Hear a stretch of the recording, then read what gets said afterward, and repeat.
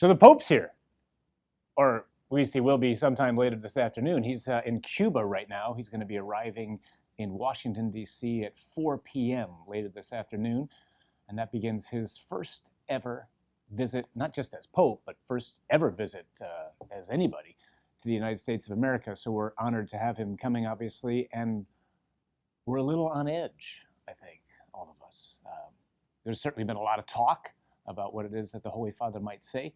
If you haven't looked ahead yet to the second reading on Sunday, you might want to do that. It's from our good friend St. James, who's always good for a real pick-me-up.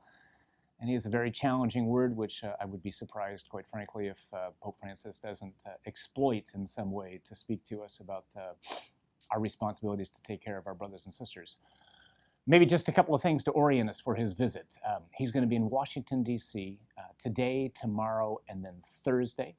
Then he heads over to New York City, and then he's going to conclude his visit in Philadelphia on Saturday and Sunday. That's going to bring to a close the World Meeting of Families, which is taking place this week.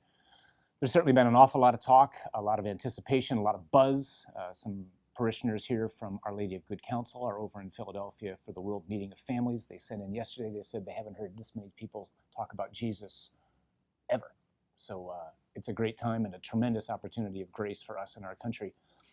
Two things maybe to orient us. Tomorrow, which is the first day of events planned for the Holy Father. This afternoon, there's nothing planned, which seems kind of strange, quite honestly. He arrives at 4, and then there's nothing on the agenda. So stay tuned for some last-minute additions, I would imagine. But tomorrow he meets in the morning with President Obama and then all of these people whom our president has invited, which has gotten no small amount of attention. There's an awful lot of people coming to that gathering, some of whom have gotten the headlines because they're known to be people who would be those who don't necessarily see eye to eye with the church. But here's what strikes me. Yesterday was the feast of St. Matthew. St. Matthew was a tax collector, and yesterday's feast was a most significant feast for Pope Francis some 62 years ago, which was when he really traces his conversion, which happened on the feast of St. Matthew after he had gone to confession that day. And he describes that event as going to confession without expecting much of anything to happen, quite frankly, and saying that it was as if there was someone there who was waiting for him, someone who had gotten there ahead of him.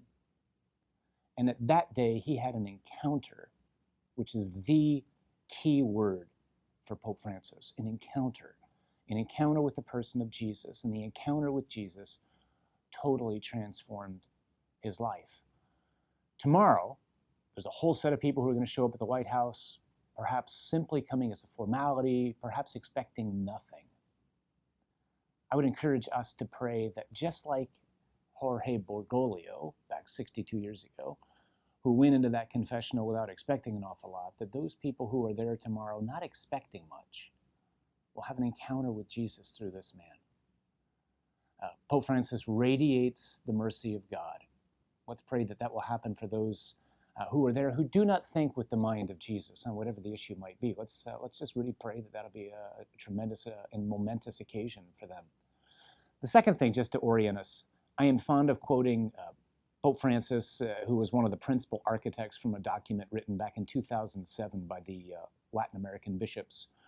And in that document, he says three things, which I think is one of the best summaries of the gospel I've ever seen, and I would suggest it's a great reflection for us in these days ahead, and it's the lens through which to see and to read everything that the Holy Father says. The three things are these.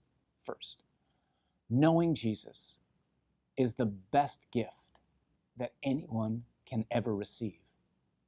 Second, that we have encountered him, there's that word again, is the best thing that has happened in our lives.